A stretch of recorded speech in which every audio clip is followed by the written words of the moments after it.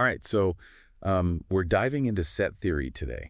And honestly, math sometimes feels like just numbers and equations and stuff. Yeah. But you were saying that sets are like way more interesting than they might seem. Oh, absolutely. Way more. It's kind of wild how fundamental they are to math. Like, they pop up everywhere, even in places you wouldn't expect. But we got to start with the basics first. Yeah, makes sense. So like we said, a set is a collection of distinct objects, right? That's got to be more specific than just, a bunch of stuff. Oh, yeah, way more. The distinct part is key. It means no duplicates. Like, think about a playlist. You can add the same song, like, a bunch of times, but on the playlist, it'll only be there once. Sets are kind of like that. Each member got to be unique. So my bookshelf, if I have two copies of the same book, that's not really a set then. Exactly. To be a set, each element's got to be distinct. But your bookshelf could be a set of titles, though, because each book title, that's unique. Okay, yeah, that makes sense. So we've got these collections of, distinct things. But how do mathematicians actually show them? Like, do they just write lists? Lists are one way, yeah. We call that roster notation. So, like, the set of primary colors would be red, yellow, blue. Pretty simple, right? Yeah, totally. But I'm guessing it gets more complex than that, right? Like, what about if you have a ton of things? Right. For bigger sets or even infinite sets, we got to use something called set builder notation. It's like a code that basically says the rule for being in the set. So instead of listing every even number forever, we could write it like x is an even integer. So it's kind of like saying all x's such that x follows this rule. Yeah. That's pretty neat, actually. Way more efficient if you have a set that just keeps going forever. Yeah, exactly. Now, we got to remember, not all sets are the same. We've got different types, each with its own quirks, I guess you could say. Let's start with the simplest one, the empty set. Empty set, huh? Does that even count? Like, it's got nothing in it. It's like the ultimate minimalist, right? Owns nothing. Right.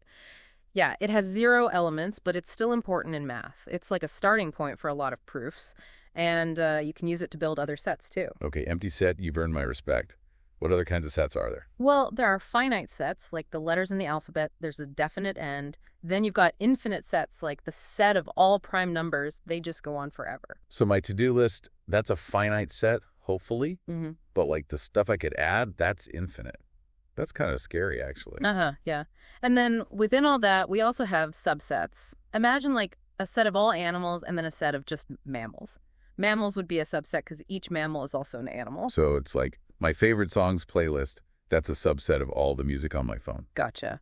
Is there anything else about sets that'll like blow my mind? Oh, we're just getting started. There's also the power set. It's basically the set of all possible subsets of a given set. Kind of like you take a set and then look at every combination you can make from its elements. All possible subsets.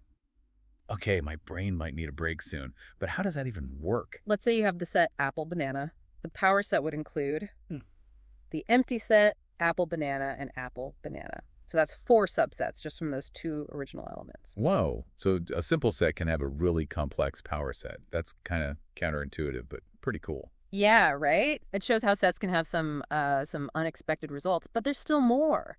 We've also got set operations, which are actions we can perform on sets, like welcome back. So last time we were talking about, what sets are, the different kinds, and even a bit about set operations, like the things you can do with sets. Right. And you said those operations are kind of like math verbs, which I thought was a good way to think about it. But I got to admit, I'm still a little confused about how they actually work. No worries. Let's go back to those sets A and B that we talked about before. A, 1, 2, 3, and B, 3, 4, 5. So we covered union, which is like bringing sets together, and intersection, which is like finding the overlap between them. Yeah. I remember union was like merging friend groups, and intersection was like the friends they both have in common.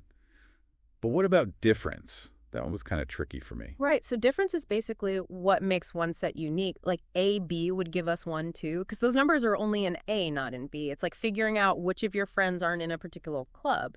Oh, okay. So it's not just like what's missing from one compared to the other, but what's actually like distinctly there in one. Right. Got it. Exactly. Now, complement, that one gets a bit abstract. Remember, we need the universal set for this, which is basically the biggest set we're thinking about in like a specific situation. So if like our universal set was all the books in a library, and set A was all the fiction books, the complement of A would be all the nonfiction ones. You got it. Complement is all about what's outside of the set we're focused on, like the other side of the set world, within that specific context.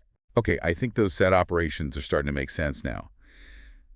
But are they like just this abstract math thing, or do they actually have, practical uses? Yeah, out in the real world. That's the cool thing about sets. They might seem abstract, but they're actually behind a lot of real-world stuff. Think about databases, for example. They use set logic all the time. Really? I never thought about it that way. How so? Okay, imagine you're shopping online for shoes. You might use filters, right? Like size, color, or brand. Each of those filters is basically defining a set, and the website uses set operations like intersection to find shoes that match all your criteria. So when I'm like narrowing down my shoe choices online, I'm using set theory without even realizing it. That's kind of crazy. And I'm guessing there are other uses too. Oh, tons. Set theory is important in computer science, data analysis, logic, even just making decisions in everyday life when you're thinking about different options and narrowing them down based on certain things. Wow, I'm starting to see sets everywhere now. It's like you've given me a whole new way of looking at the world. That's the great thing about learning new stuff. It can totally change how we see things, right? Yeah, totally. So we've got these really useful tools, these set operations. But is there anything else about sets, like any other cool set stuff we haven't talked about yet? Oh, yeah, there's so much more. Next time, we're going to dive into some seriously mind-bending set paradoxes. And we'll talk about how sets play a role in different areas of math, too. Get ready for some really counterintuitive stuff. Okay, so welcome back. We've been on this, deep dive into sets, right? We started with the basics, then those set operations, and you even showed how they're, in real life and stuff. And now you said we're getting to the really mind-bending stuff, those paradoxes. All right, you ready for it? Let's talk about Russell's paradox. It's a classic example of how sets can get kind of, paradoxical, Russell's paradox. Okay. Yeah. That sounds kind of intense. What's the main idea? Okay, so imagine a set, right? And this set contains all sets that are not members of themselves. We'll call it set R. So the question is set R a member of itself? Okay. I'm already getting lost. Why wouldn't it be a member of itself? Well, think about it. If set R is a member of itself, then by, its own definition, it shouldn't be, right? Because it's only supposed to have sets that aren't members of themselves. But if it isn't a member of itself, then it, totally fits the criteria to be in the set. Whoa, that's like a total contradiction. It's a set that, can't exist and also can't not exist. How did mathematicians deal with that? That's crazy. Exactly. It's a paradox. And it actually showed that in early set theory, some of the rules weren't quite right. Not every description that seems logical actually makes a well-defined set. So, mathematicians had to go back and fix things up a bit. Okay, so sets can be a little tricky, but we've got the rules figured out now, right? Yeah. But besides, potentially breaking logic, what do sets, what do they do for the rest of math? They're important, right? Oh, absolutely. Set theory is super important to a lot of math. It's the foundation for so many other areas. Think about algebra. We use sets to define things like the domain and range of functions. So it's sets are working behind the scenes, Yeah. making sure everything makes sense and is logical. Exactly. And it's not just algebra. In probability, sets represent events and sample spaces. In calculus, they're used to define limits and continuity. I could go on and on. Wow, this whole deep dive has really changed how I think about sets. Yeah. It's not just, abstract collections anymore. It's a really powerful way to understand and explain, complex math stuff. Totally. They give you this elegant framework for, organizing and analyzing information, whether it's in pure math or even applied fields. I feel like I've got this whole new appreciation for sets now, Yeah. how elegant and powerful they are. And for anyone listening, next time you see a group of things, try thinking about it like a set. What are the elements? What are the rules? You might be surprised what you notice. Well, that's all the time we have for our deep dive on sets. Thanks for joining us.